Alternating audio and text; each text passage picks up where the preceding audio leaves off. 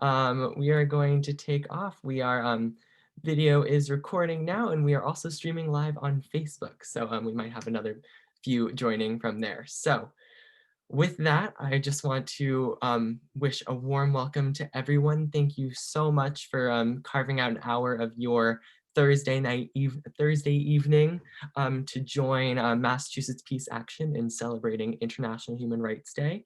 So annually, December 10th, the United Nations recognizes, and the United States, of course, has ratified this event as International Human Rights Day to celebrate the creation of the Universal Declaration of Human Rights that was created and ratified in the United States in 1948. So thank you again so much. I'm so happy to see many faces of Massachusetts Peace Action that are familiar and some new ones as well.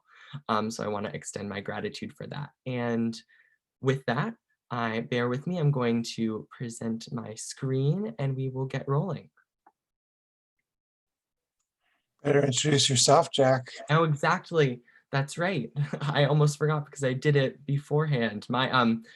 My name is Jack Burgess. I am a new intern with Massachusetts Peace Action. You'll come to be familiar with what that organization is, but we are and I'm sure some of you can chime in, but this organization is a nonprofit, nonpartisan organization that advocates for a peaceful foreign policy and champions human rights, disarmament of nuclear products and weapons, and among many other things, advocating for a peaceful future.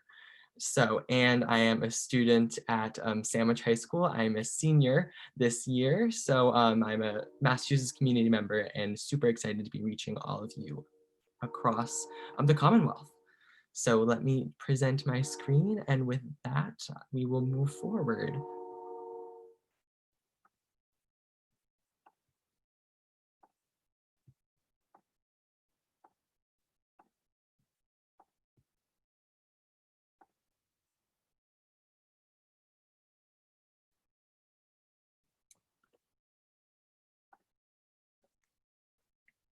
All right, so the name of this event is Understanding Human Rights in Today's World with Massachusetts Peace Action to celebrate International Human Rights Day. So to preface this before we move forward, the goal of this event is to have a better grasp on what human rights really is. This is definitely a term that has become more popularized in our world today, especially in the progressive movement and in the humanitarian movement, and as more of a left liberal term. But do we really know what it is and the different implications that it has on the world and its many different facets? So we're going to explore that a bit this evening, as well with the dual intent of trying to engage all of you in understanding that human rights, although it can seem like it's a million miles away in many different countries that have extreme human rights violations that we'll learn about that are very unfortunate, and I'm sure many of you are familiar with, there is also human rights violations or linkages to these these huge human rights violations locally in our Massachusetts Commonwealth. So just with that in mind, we want to ensure that everyone understands human rights are still relevant and still relatable to you, and you can take action on it. So let's start learning together a little bit about it. What even are human rights? This is a question that I think some of you might be asking, or you might think you already know. But as it's defined here, it is a right that is believed to belong justifiably to every person.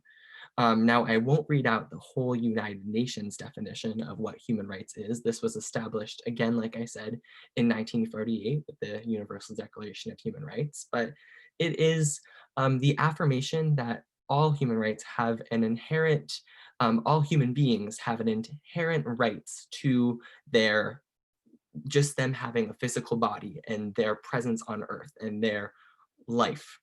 So some of these include anti-discrimination, right to having food, right to education, right to freedom of expression, religion. There is many. We have 30 different articles that are defined in the Declaration of Human Rights.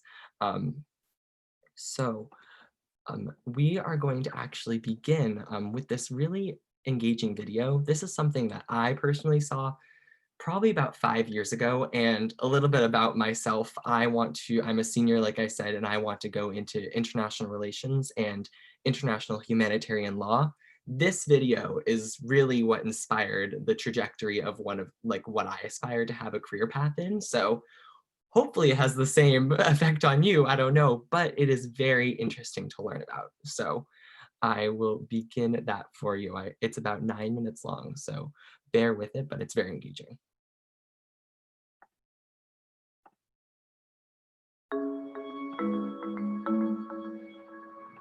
Human rights is, geez, that's a good question. Human rights. Oh, that's a tough one. Wow. Actually, you could. I don't even know how to give that a definition. I would probably have to do a little bit of homework or something. Any right that I think just as a normal, human, The rights that humans have.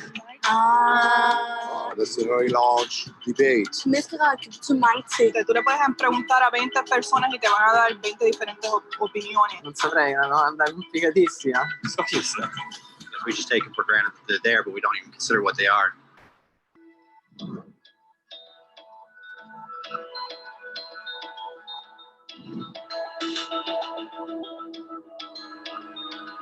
Human rights are the rights you have simply because you're human. It's how you instinctively expect and deserve to be treated as a person, like the right to live freely, to speak your mind, and to be treated as an equal. There are many kinds of rights. Most apply to a certain group. Human rights are the only ones that apply to absolutely everyone, everywhere. That means kids, old people, poor people, basketball players, garbage men, rappers, teachers, Africans, Indians, Albanians, Christians, Muslims, Kabbalists, atheists, your mom, your dad, your next door neighbor, and you all have the exact same human rights. In other words, they're universal. But the question remains, what are they? Name the human rights? What the human rights are? The right to live. Equality between all peoples. Right to religion, the right to... Is there supposed to be a list somewhere I should be aware of? According to the United Nations, there are a total of 30 human rights, which are usually lumped together and called simply human rights. They're all listed out in the Universal Declaration of Human Rights, which is the world's most widely accepted document on the subject. But it was a long time in coming. At first, there were no human rights. If you were in with the right crowd, you were safe. If you weren't, well, you weren't. But then a guy named Cyrus the Great decided to change all that. After conquering Babylon, he did something completely revolutionary. He announced that all slaves were free to go. He also said people had the freedom to choose their religion, no matter what crowd they were a part of. They documented his words on a clay tablet known as the Cyrus Cylinder. And just like that, human rights were born. The idea spread quickly to Greece, to India, and eventually to Rome. They noticed that people naturally followed certain laws, even if they weren't told to. They called this natural law, but it kept getting trampled on by those in power. Not until 1,000 years later in England did they finally get a king to agree that no one can overrule the rights to people, not even a king. People's rights were finally recognized, and they were now safe from those in power. Kind of. It still took a bunch of British rebels declaring their independence before the king got the point that all men are created equal. Which isn't to say he liked the idea, but he couldn't stop that, and America was born. The French immediately followed with their own revolution for their own rights. Their list was even longer, and they insisted that these rights weren't just made up. They were natural. The Roman concept of natural law had become natural rights. Unfortunately, not everyone was so thrilled. In France, a general named Napoleon decided to overthrow the new French democracy and crown himself emperor of the world. He almost succeeded. But the countries of Europe joined forces and defeated him. Human rights was again a hot topic. They drew up international agreements, broadly granting many rights across Europe. But only across Europe. The rest of the world somehow still didn't qualify. Instead, they got invaded, conquered, and consumed by Europe's massive empires. But then a young lawyer from India decided enough was enough. His name was Mahatma Gandhi, and in the face of violence, he insisted that all people of Earth had rights, not just in Europe. Eventually, even Europeans started to agree. But it wasn't going to be that easy. 2 world wars erupted.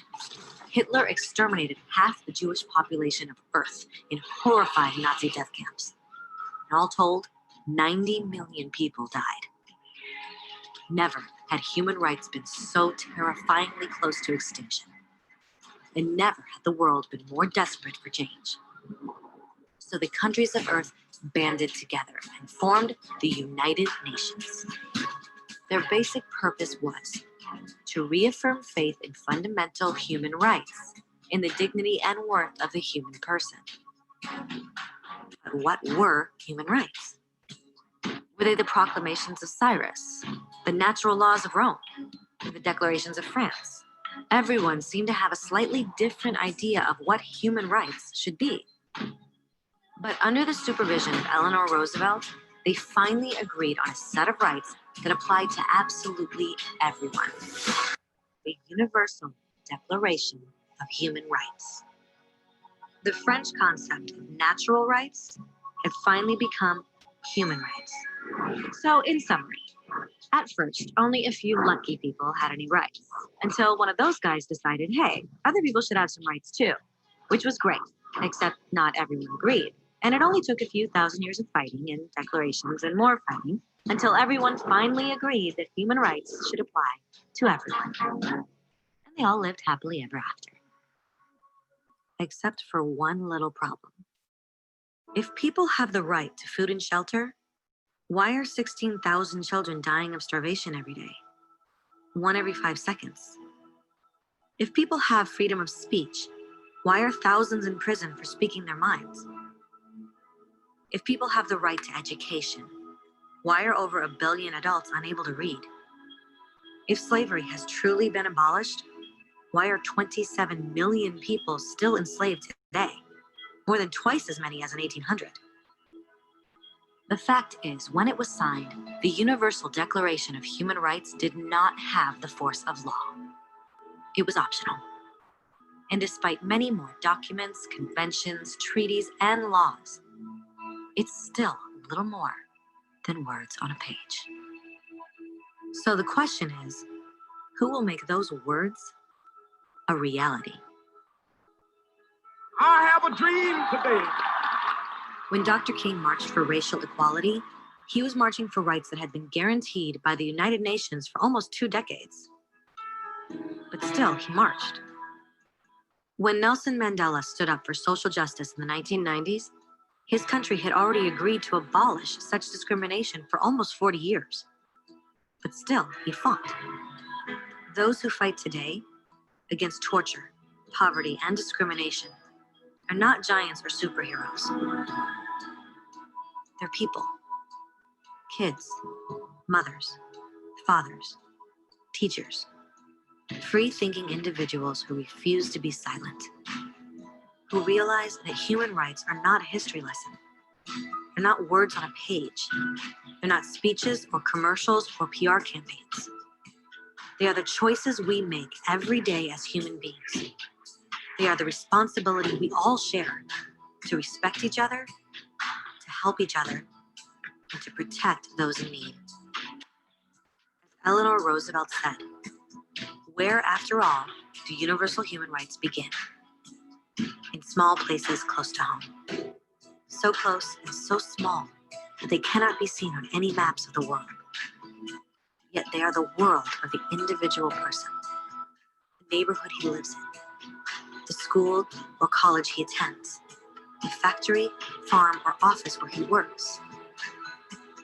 Such are the places where every man, woman, and child seeks equal justice, equal opportunity, equal dignity without discrimination. Unless these rights have meaning there, they have little meaning anywhere.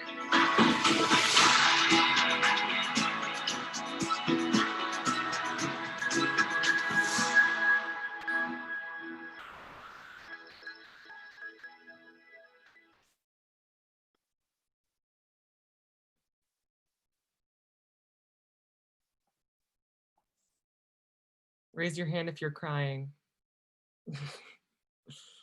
I know that is something that has a video that has always spoken to me and genuinely was an inspiration for a lot of why I wanted to do this on International Human Rights Day. I think it's extremely important and relevant in our world today. So I want to keep moving forward, but I hope you can have that inspiration embedded in your mind as we move forward and thinking and reanalyzing our own lives and the state of the world in the next 40 minutes. But so as we spoke about here, the Universal Declaration of Human Rights, you learned a lot about it in there, but just to give you a few thoughts about it was established in 1948, really inspired. I know World War II was mentioned in the comments there, I was just looking at, inspired by the foundation of the United Nations and the state that the world was in after the World War II and the Nazi annihilation of Jewish people. And it was championed by Eleanor Roosevelt, like we also saw and heard her quoted there. I'm going to try and release this to all of you in the email after, because I do have some live links that you guys can all go look back on in this if you'd like, in this presentation, but I do have my pocket version of the Universal Declaration of Human Rights in hand as we move forward, because there's so many, like we said, 30 of them, and we're going to learn about a few of them tonight. But I wanted to turn over the floor right now to Amar. He is an organizer within Massachusetts Peace Action, two great panelists. He has been championing the Fund Healthcare Not Warfare campaign within the organization. He can probably speak to his participation better, but he has been greatly influential in the progress of the organization in the past year. So I will turn it over to him and he'll speak on behalf of that facet of Massachusetts Peace Action and how it really relates to human rights. Thank you so much, Jack. Thank you for that intro and for organizing this event. And also thank you, Jack, for being a great intern at Massachusetts Peace Action. You work so hard and it's very much appreciated. As Jack mentioned, I've been working on MAPPA's project, Fund Healthcare Not Warfare. This is a project we started in response to the pandemic. It's often said that healthcare is a human right. And let me just acknowledge, first of all, real quickly, that human rights is not something I'm super well educated on. It's not something I've studied much. And I'm sure there's people in the audience and Jack himself who are far more knowledgeable on this topic than I am. So I just want to acknowledge that. And so it's often said healthcare is a human right. And I guess it's probably one of the human rights in the UN Declaration of Human Rights. So what does that mean? Healthcare is a human right. I'm not sure because I'm not an expert on human rights, but I can tell you what it means to me. And by the way, I did learn a lot about human rights from that video you shared, Jack. So thank you for sharing that. What it means to me that healthcare being a human right is that, the way I think about it is that we live in a system, a capitalist system where we buy and sell goods and services. We all know that's the system we live under. But there's some things as a society we've agreed not to fall under that system. Okay, for example, God forbid if one of our houses catches on fire, we can call the fire department and they're not going to ask us, okay, who's your fire insurance? How are you going to pay for the firefighting deductible? We don't have to go through that for something like the fire department. Or for public schools, there is legitimate criticism of how public education is funded, and we should explore that more as a society. But the concept of public education, that every child in the country has a right to education, regardless of how much income their parents make or how much wealth their family has, that's a good concept. And we should apply that to healthcare as well. If somebody's diagnosed with diabetes, that should not be something that bankrupts them just to get insulin treatments. If somebody is diagnosed with cancer, again, this shouldn't be life-changing financial ruin type of things. We could, as a society, take care of each other, take care of our neighbors and our brothers and sisters if we wanted to. But unfortunately, so much of our resources are being invested in warfare, in the Pentagon, in the war machine. For all of every dollar we pay in taxes, over half of that dollar goes to the Pentagon. Like over half our discretionary federal budget goes to the Pentagon.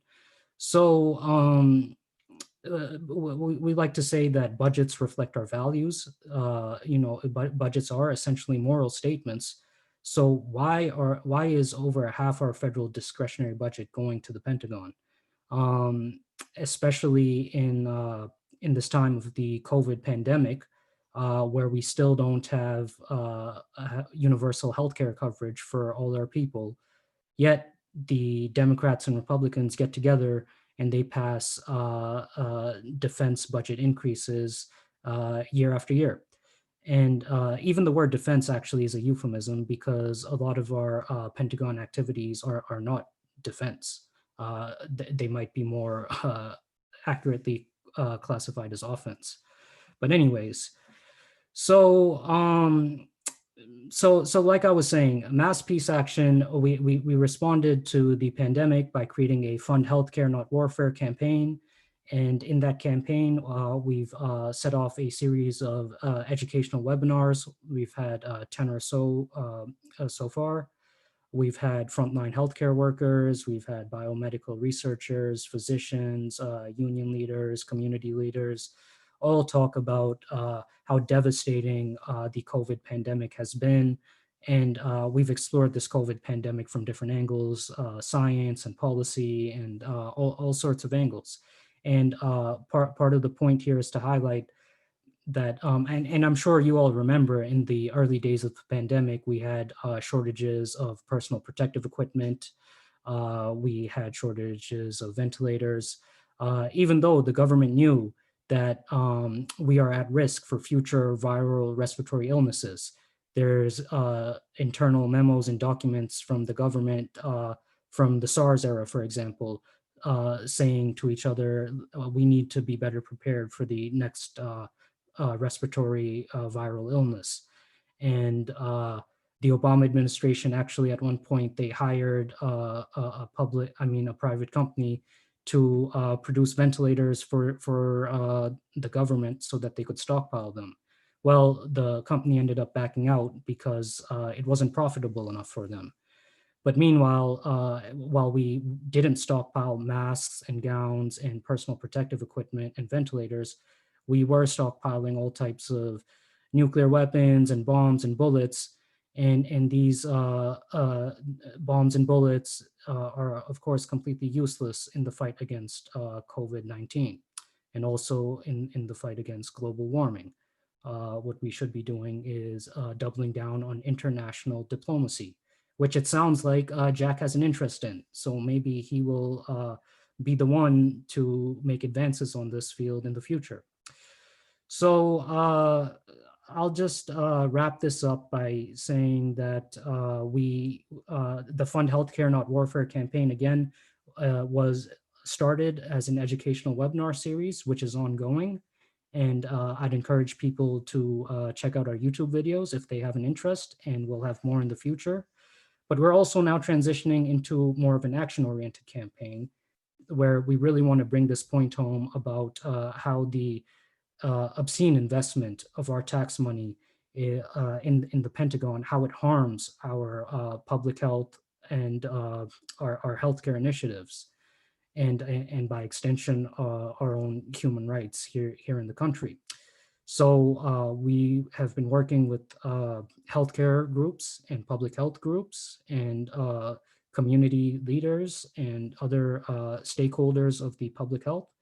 And we've drafted a letter to kind of say some of the stuff I've been saying. And we call for We call for a $300 to $350 billion cut in the Pentagon budget. And we call for some increased investments in the state for public health infrastructure.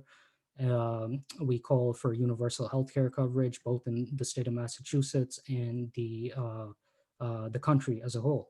So I'm just going to share my screen for a second and show everyone this letter.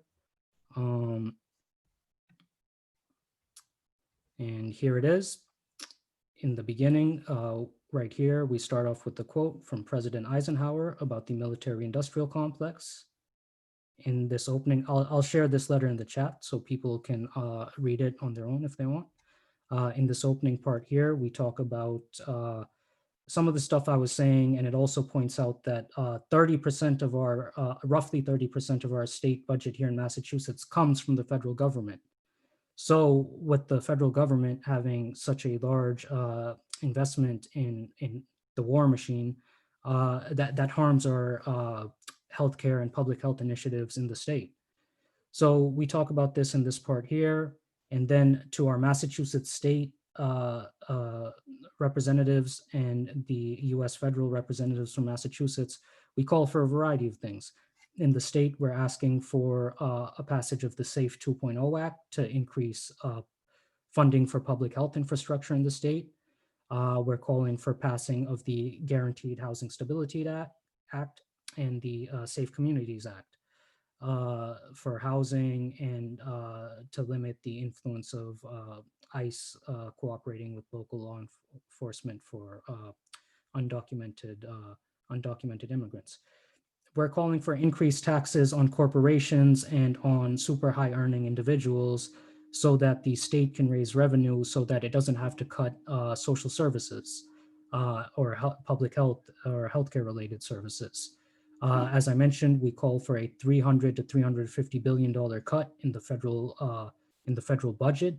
And this was being championed by Representatives Barbara Lee, Jim McGovern, and Ayanna Pressley, just to name a few. Ayanna Pressley and Jim McGovern are from the Massachusetts delegation to the House.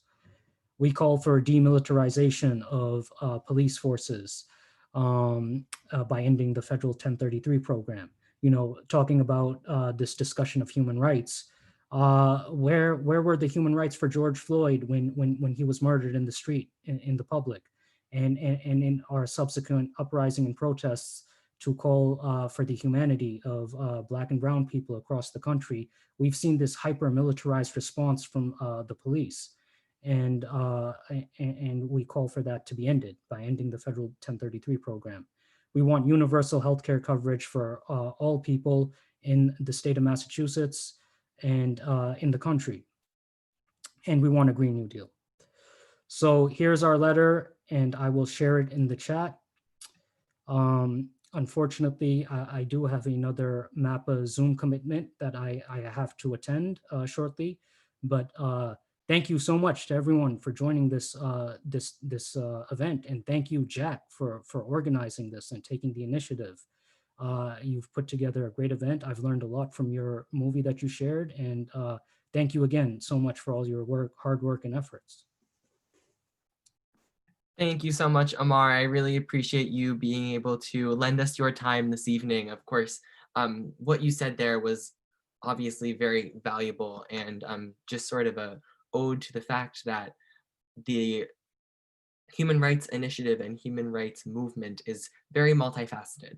And we see that, and even that bill covers things like environmentalism in the with the Green New Deal, and as well disarmament of our nuclear weapons, and then how it relates to healthcare.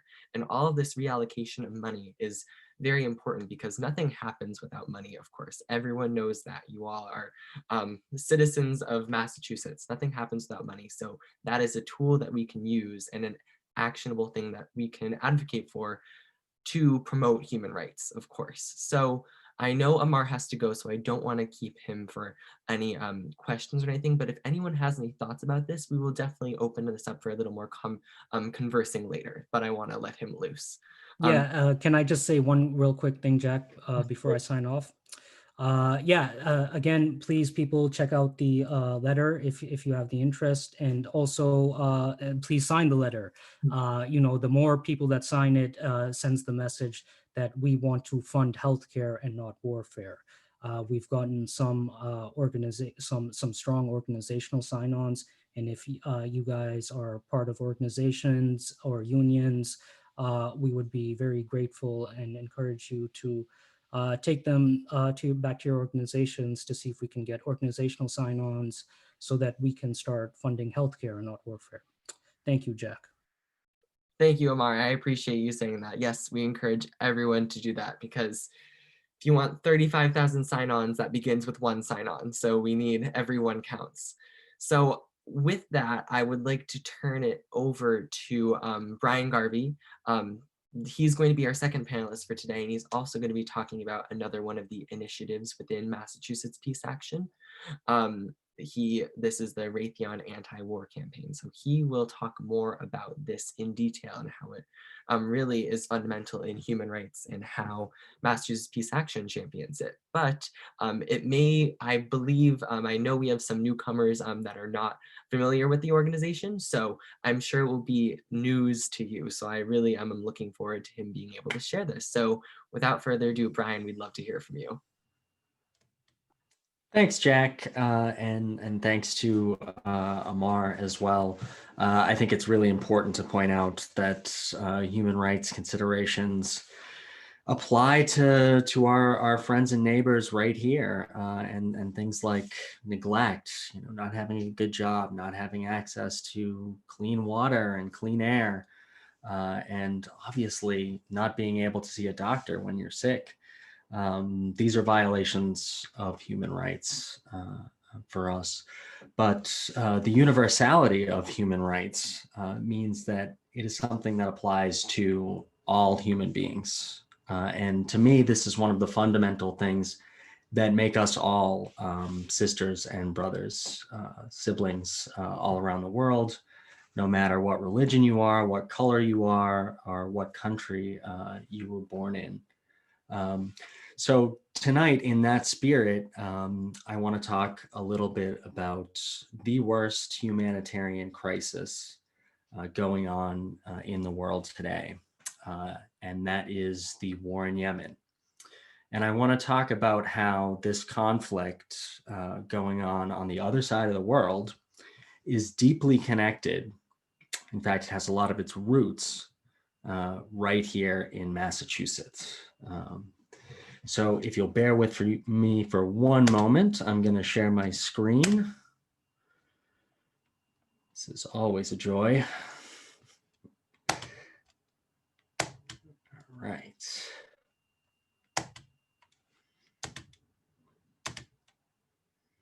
And tonight I'm going to talk a little bit about Raytheon, because to me, Raytheon is the local connection to the humanitarian crisis that's going on in Yemen. It's one of the greatest famines that we have seen in our generation.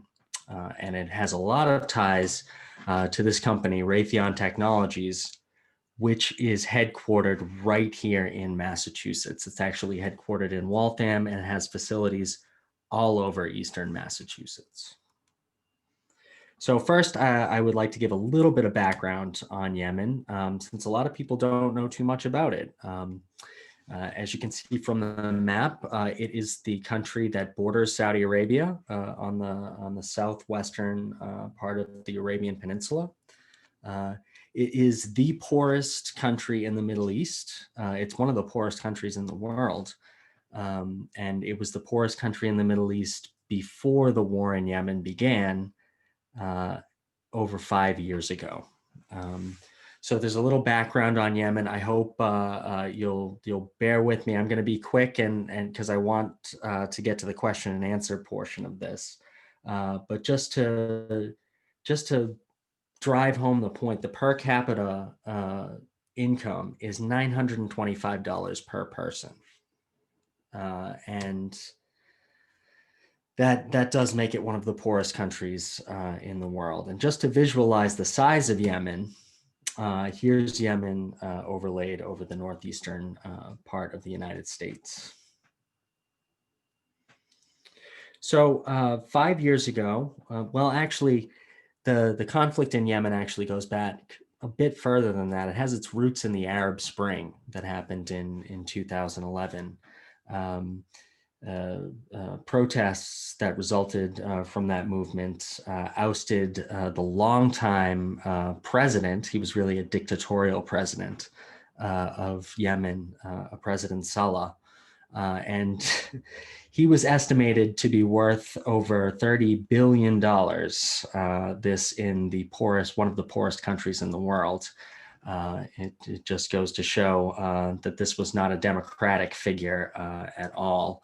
But that protest movement that accompanied the Arab Spring forced him to resign and pass power to his vice president, who became President Hadi. But through continued austerity and corruption, the people rose up to depose him in 2014. And he relinquished power largely to a group known as the Houthis, and left the capital of Sana'a and made his way south to Aden. But shortly after relinquishing power, he reclaimed it and said that he was the rightful leader, in fact, of that country. The protest movement and offensive quickly surrounded Aden and forced him out of the country. And he soon went to Saudi Arabia, where he asked for the help of that nation, which is the richest in the Middle East, asked their help to restore him to power. And that's how the conflict began in 2015, March of 2015. And it's important to note that that conflict could not have begun without the support of the United States. So it's not just Saudi Arabia who's involved in this intervention in Yemen to try and put their preferred person in power. It's their allies across the Middle East, including the United Arab Emirates, Bahrain, Morocco, Qatar for a time. But the unnamed or unofficial parts of this coalition are the United States, the United Kingdom, France, Canada, Germany.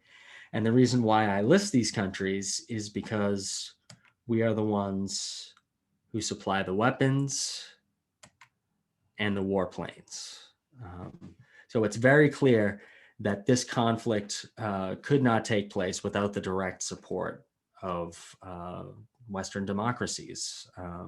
We make almost all of the weapons that are being used on Yemen are produced in the United States, the UK, Spain, Italy, Germany, the Western powers.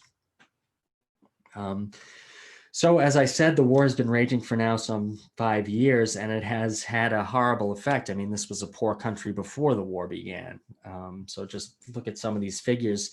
In a country of some estimated some 28 million people to 30.5 million people, 24 million are in need of humanitarian assistance, 20 million are in need of food assistance. People do not have access to clean water. Here are some of the effects of the bombing campaign that has been led by Saudi Arabia and the United Arab Emirates, as well as the United States. They have been deliberately targeting civilians, including flocks and herds, as you see here, but also food distribution and production sites, water treatment facilities, water wells. It's important to see some of the devastation. I should warn you, these are graphic images, but this is what is going on in Yemen, and this is the results of 5 years of endless airstrikes on one of the poorest countries in the world. These are Yemeni kids at school. This is what they've been reduced to.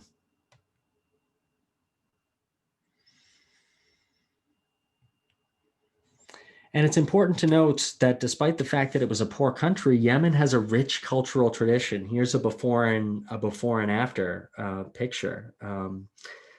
Before the war, Yemen was actually a vacation destination for many people in the Arab world. It's also known for its many universities. It was an academic center of the Middle East before the war and subsequent blockade.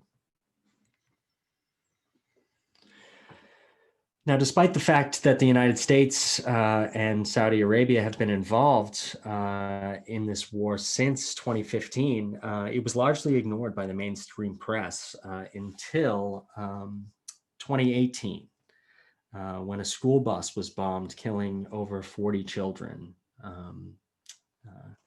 And that was a bomb dropped from a US plane.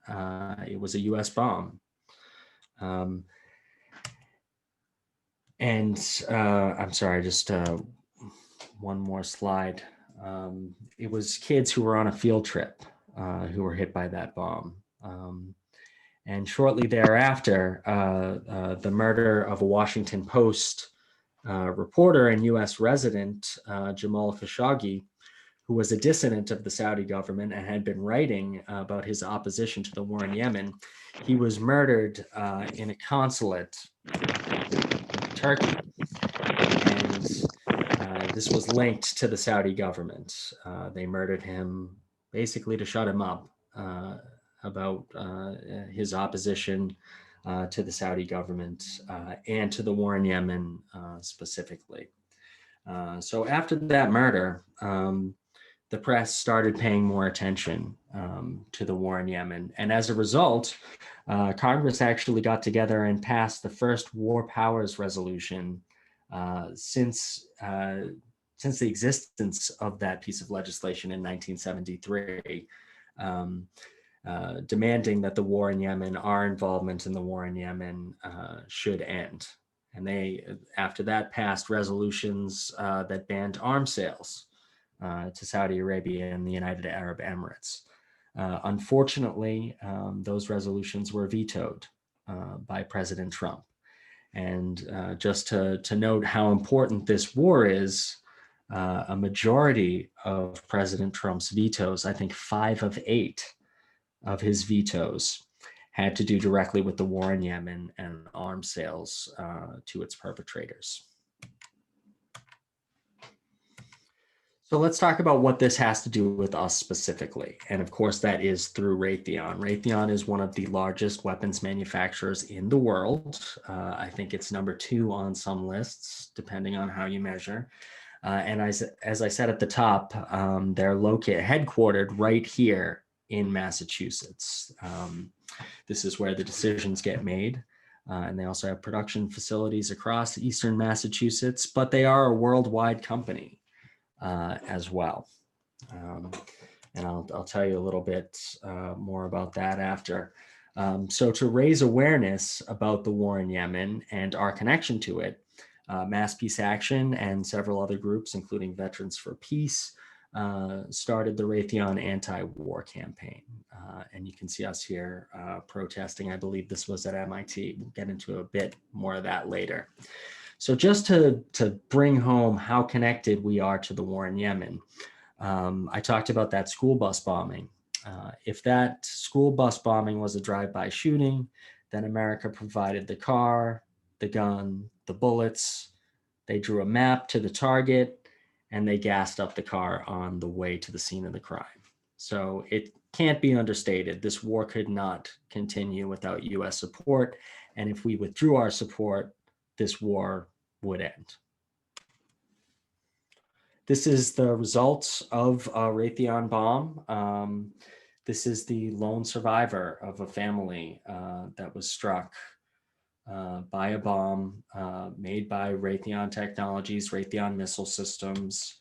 And they know it was Raytheon because they found this serial number in the wreckage.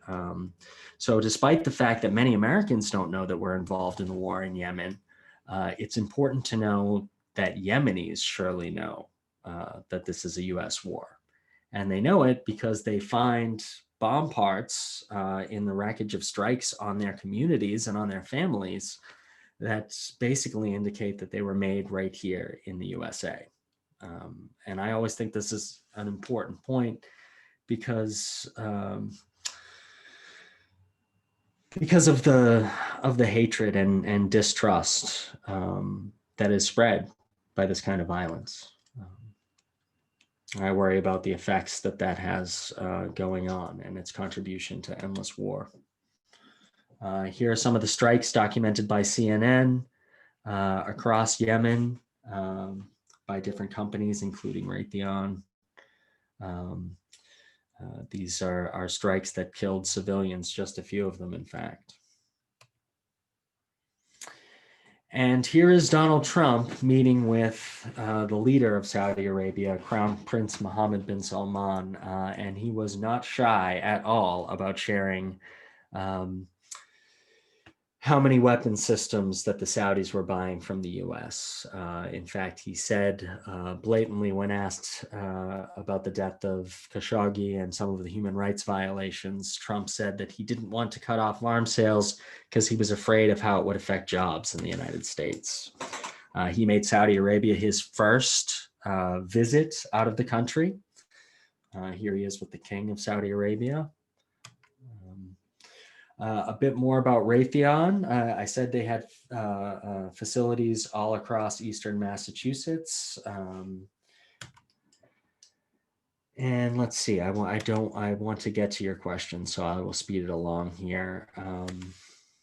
But Raytheon has a very long relationship with Saudi Arabia, a 50-year relationship. And one of the things that happened during the Trump administration that was so concerning is we opened a bomb-making facility in the Kingdom of Saudi Arabia, which is very unusual. It required special permission because usually the know-how that it takes to make these extremely sophisticated and technical bomb parts is kept within the United States. But our long-standing alliance with Saudi Arabia is such that we have now allowed them to make those offensive weapons in the Kingdom of Saudi Arabia. And that's concerning because once they have the knowledge to be able to make those bombs, that is something that you can't take back. Just to drive home how powerful Raytheon is, here is our, up until a couple of weeks ago, Defense Secretary. His name is Mark Esper. And before he joined the Trump administration in 2017, he was the head lobbyist for Raytheon Technologies. So Raytheon's top lobbyist becomes the head of our military.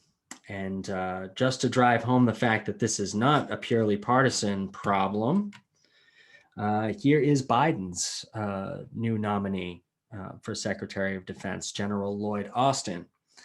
And right now, he sits and has sat since 2016 on the board of directors of Raytheon Technologies. So Democrat or Republican, this weapons manufacturer has massive power and influence over our government policy. So a bit more about the campaign itself. We have dedicated ourselves here in Massachusetts to counter Raytheon's narrative, because obviously they don't brag about their role in war crimes. So here we are at the Walk for Hunger. That's right. Raytheon is a sponsor of the Walk for Hunger, despite the fact that they profit off the greatest famine in the world today. That's actually Congressman Jim McGovern standing with us. He happened to be at the Walk for Hunger doing a little speaking, but since he's such an opponent of the war in Yemen, he actually came over and joined us and donned one of our shirts. We feel it's necessary to expose the corporate whitewashing that goes on from companies like Raytheon.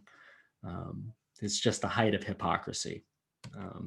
Another thing that we frequently did before the pandemic is we would go to career fairs. Raytheon is trying to get the next generation of engineers to come and work for them to build new and better bombs. Of course, we would rather have them building new infrastructure and green technology.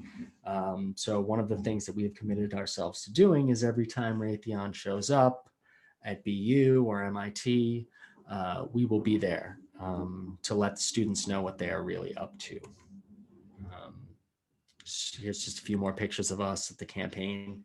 But I want to get to you. I meant to earlier. I'm sorry. Sometimes I can run on a bit. But I want to take your questions about how you can get involved and some of the activities that we have planned. So before we do that, I'll give it back to Jack.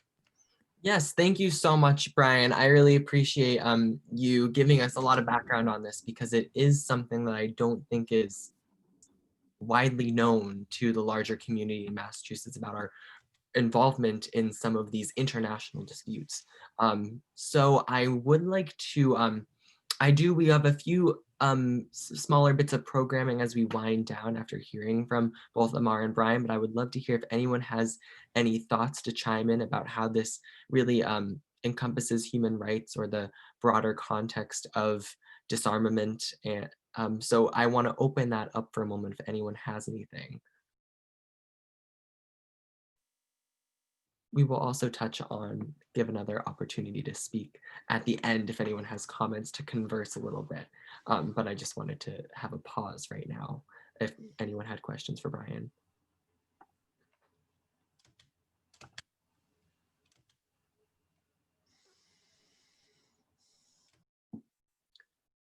Seeing none, that's okay. I would love to prompt Brian with one thought before we move on, and I want to extend my gratitude for him being here tonight to talk about this large campaign that Massachusetts Peace Action is involved in.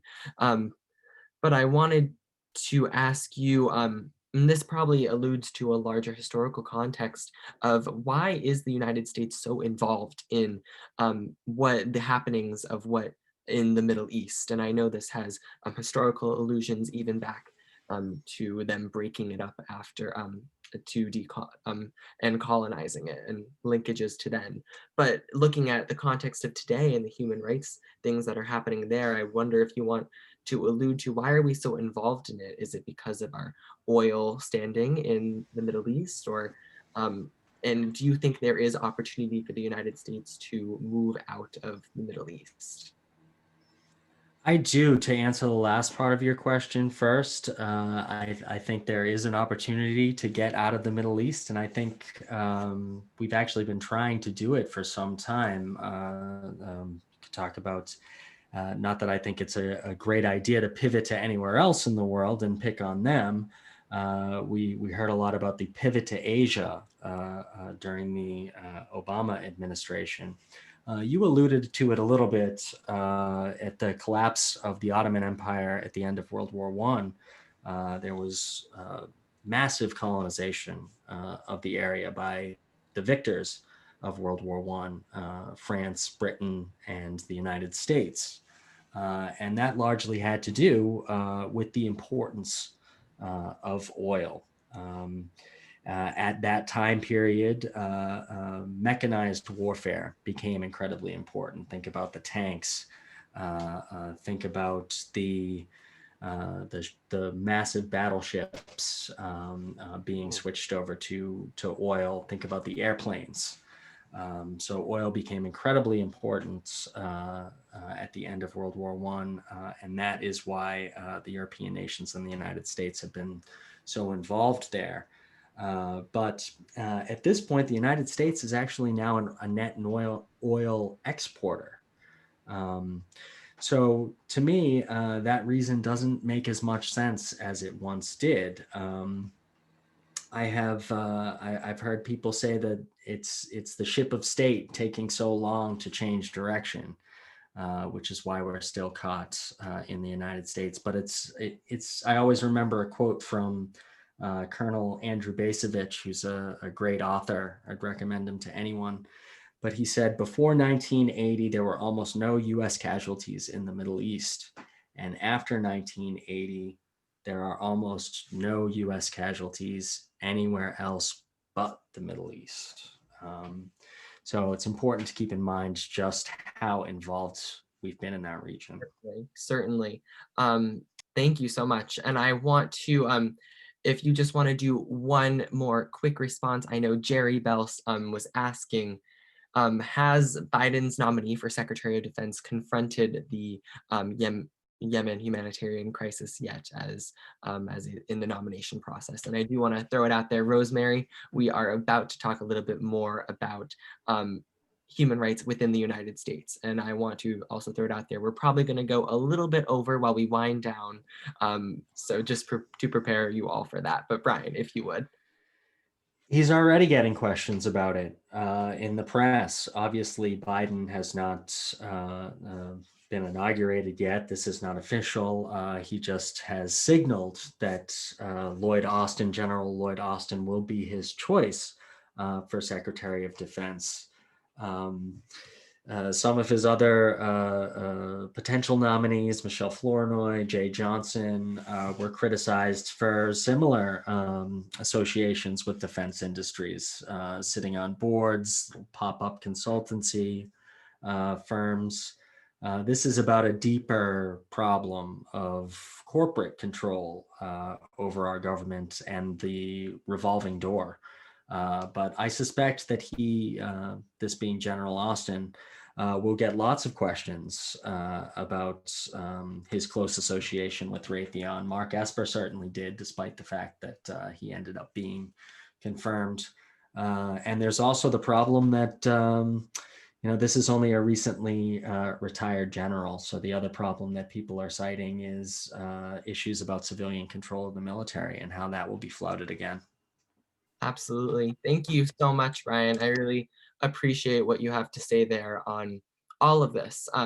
So I think we are going to pivot from here, winding down, talking about the state of human rights in different, in the United States domestically and in different domains other than weaponry and disarmament. But thank you so much, Brian. I appreciate what you have to say, like I said, and we will move forward from here. And I mean, everything that Brian has to say, I hope you can realize that he drilled home that human rights are related to Massachusetts, where we are right now.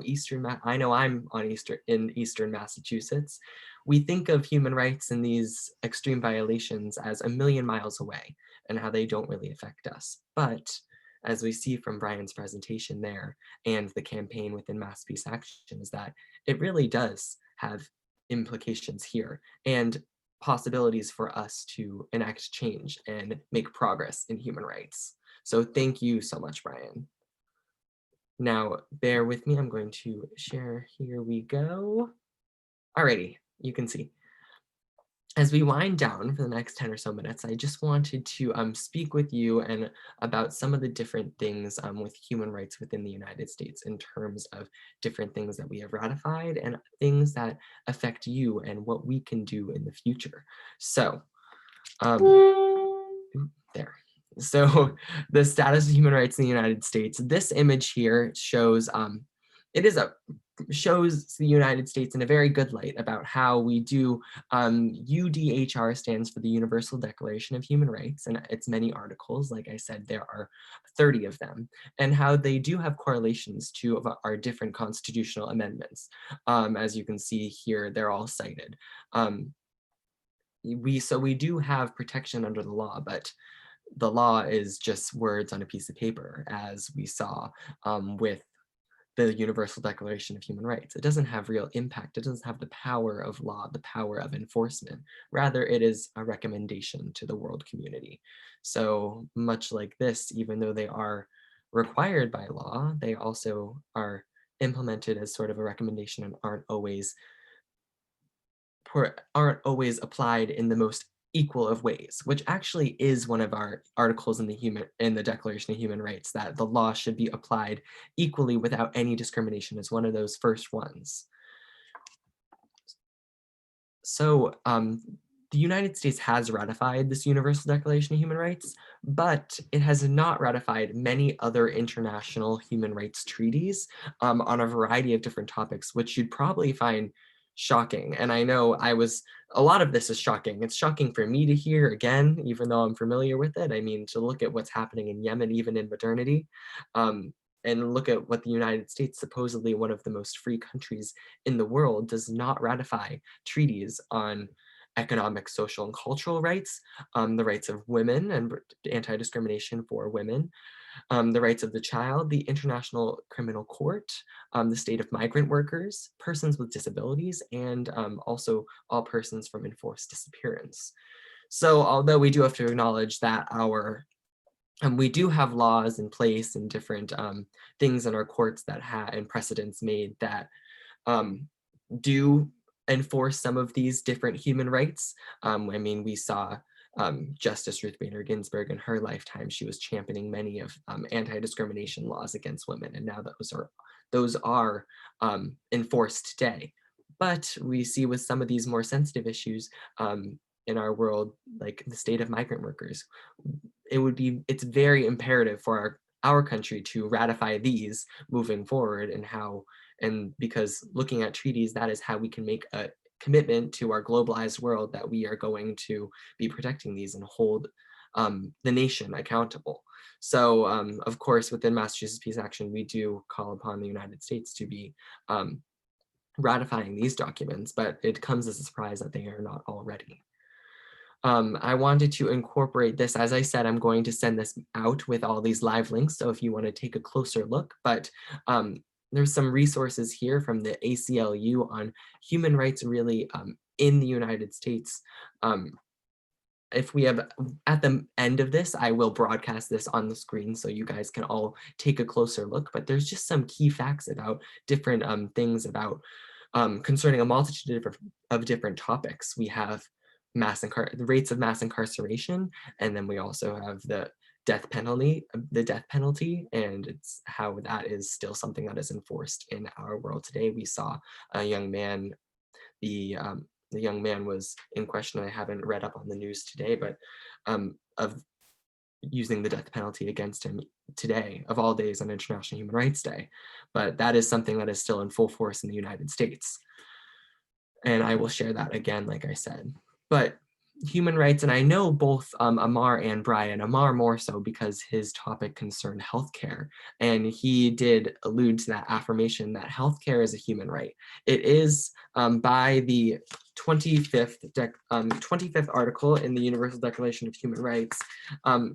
Every human being has the right to medical care and necessary social services and a multitude of other things, and unemployment, sickness, disability.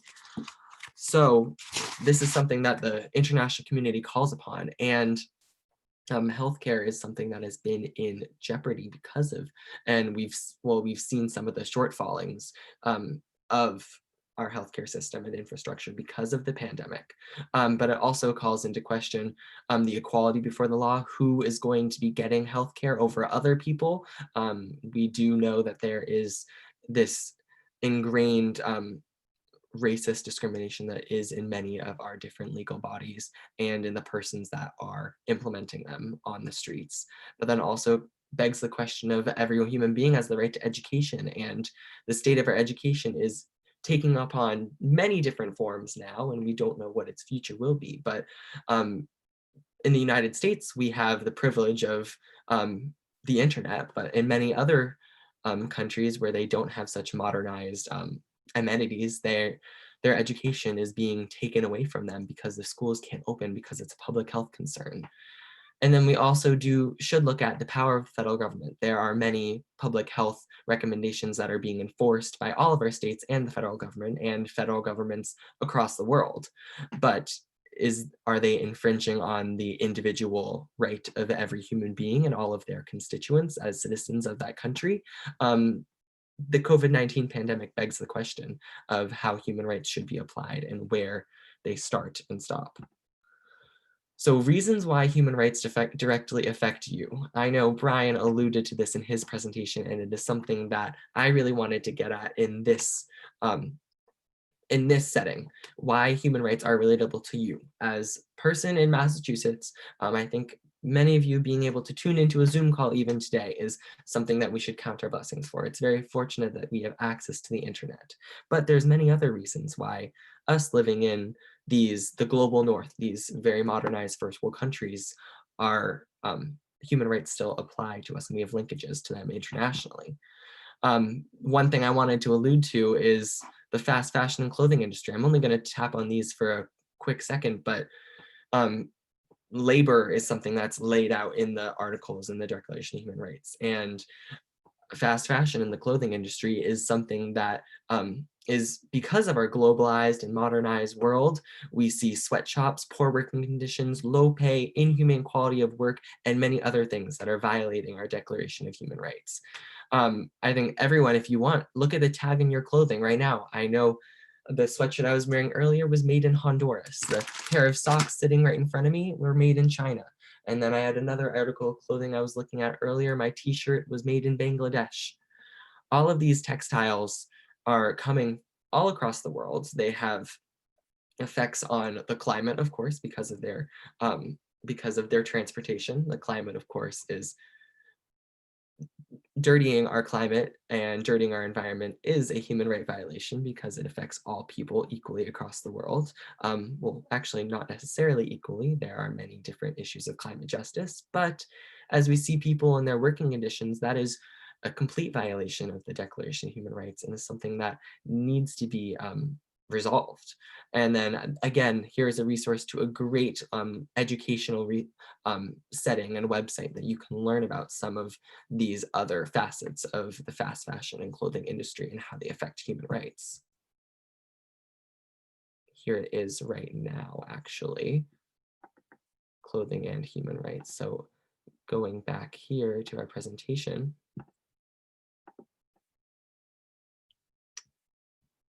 prisons and police. So I know we alluded to this earlier and only tap on it for a second, but prisons and police, mass incarceration, the death penalty, condoning all of these terrible things, really, living in a modernized society. We need to reanalyze how our societies run with these institutions.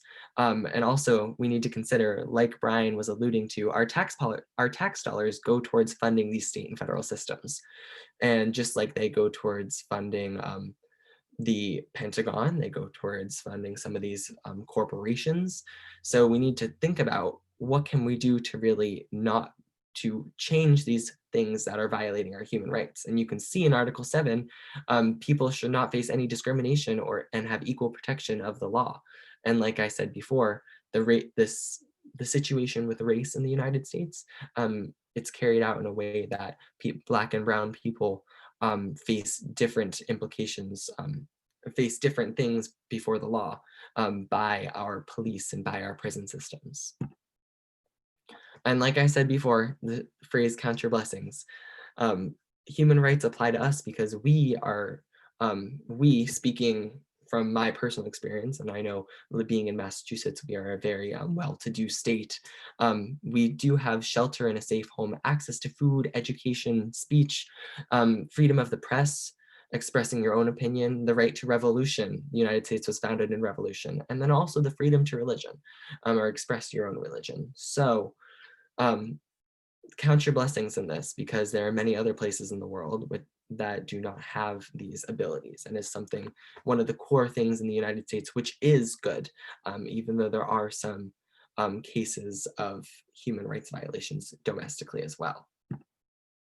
So I wanted to leave you with some concrete things about how you can really think about being a human rights defender, especially on this fitting day of International Human Rights Day. You can take small actions in your life to, like many practices, you can take small actions in your life to be a better listener, to speak a language, to be a better writer by practice. These are concrete things you can put in your life to protect human rights. So one of them would be to buy secondhand, buy local, buy from organic, humane companies. This has the dual purpose, and we love killing two birds with one stone. It also helps the environment because most of these humane companies are also humane towards the environment and they track their emissions very well. But small actions like these can help to eradicate discrimination, child labor, defund these large corporations, and more. And this was just a nice statistic that I saw earlier today and thought to include. So hopefully that is something that we can take advantage of, the secondhand clothing market. Donating to your local community through social projects, food banks, etc. Part of that, the 25th article says that every person has the right to food and nourishment. And we see that there is a famine in Yemen, but we also have food insecurity within the United States, and that has only been amplified by the COVID-19 pandemic. So, or there are many national organizations and initiatives like No Kid Hungry that you can contribute to, or just your local community. I know right now I'm organizing something with my local food pantry, and you can too, and you can always drop things off and contribute, because human rights start close to home, like the video said.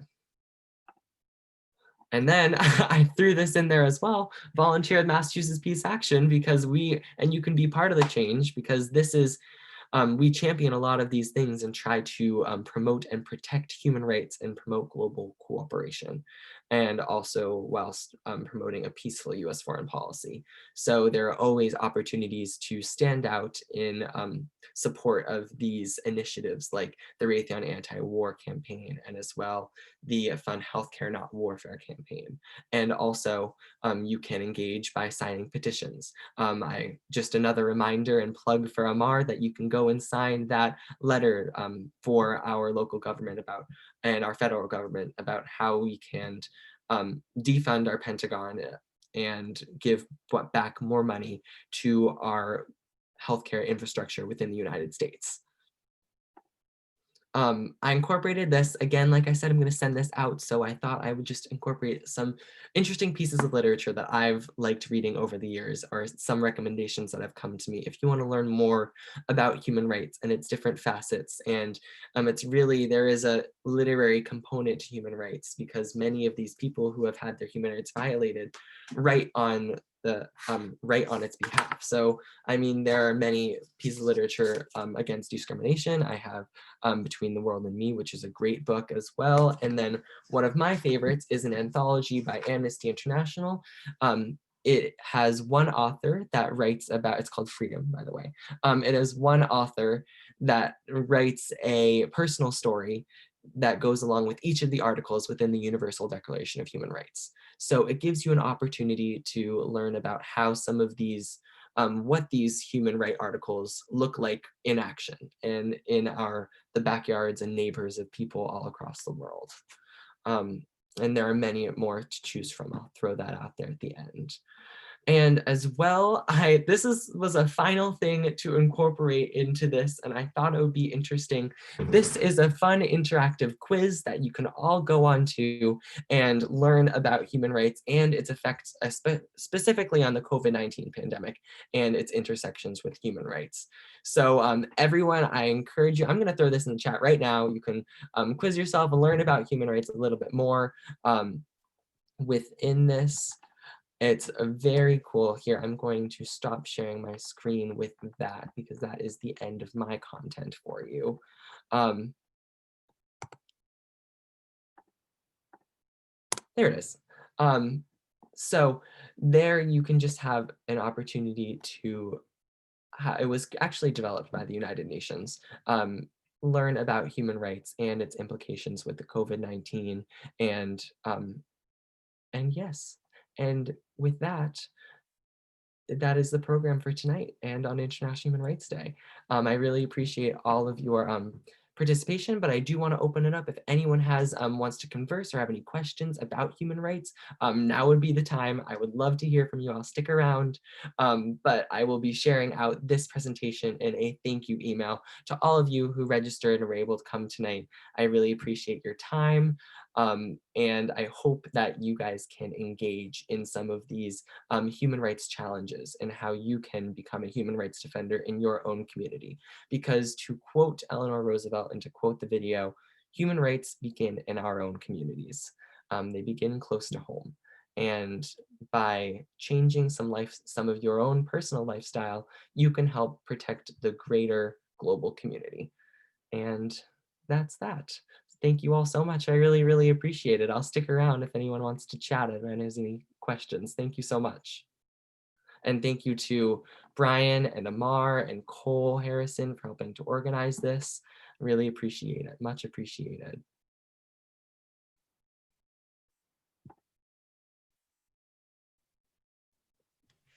So I take it that you as a group can't advocate against Austin being appointed to the cabinet? Oh, I wouldn't say that. We can definitely advocate against Austin being put in the cabinet. And it's actually interesting.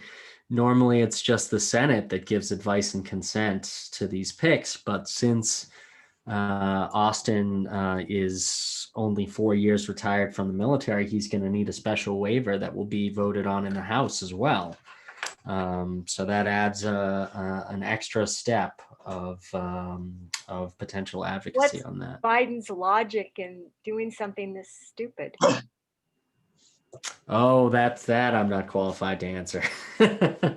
I think it's All of the three candidates that he seriously considered have close ties to the military-industrial complex. It's like they don't know of anybody else. Their relatives doesn't have any peaceniks on there. I was hoping that they might choose Illinois Senator Tammy Duckworth, who is far too conservative for my taste, but doesn't have those direct ties, and also has combat experience. She's actually a double amputee. I think it would have been positive to get someone like that in the role, better than someone with ties to these weapons manufacturers. Exactly. I believe Barbara Lee was also suggested. But yeah, it of course, I just too good to be true, I would say.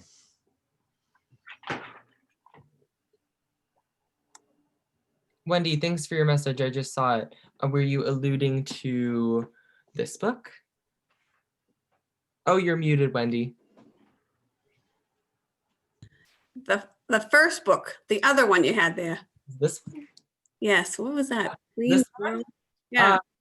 It's called Between the World and Me. It is a letter, I believe.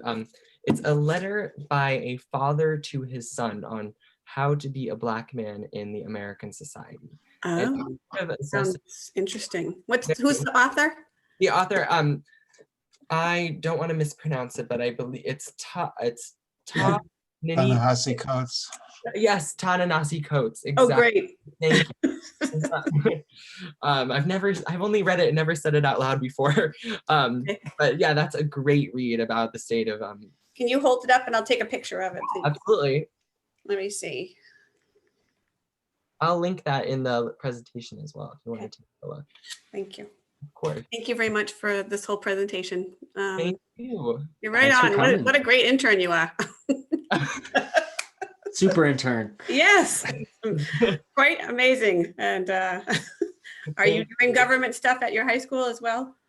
Are you? I try to participate in different things. I'm also part of a statewide organization called Project 251 that champions a lot of these same values surrounding human rights. I consider human rights an umbrella term for a lot of these things about how we can serve our community and also champions leadership development for young people.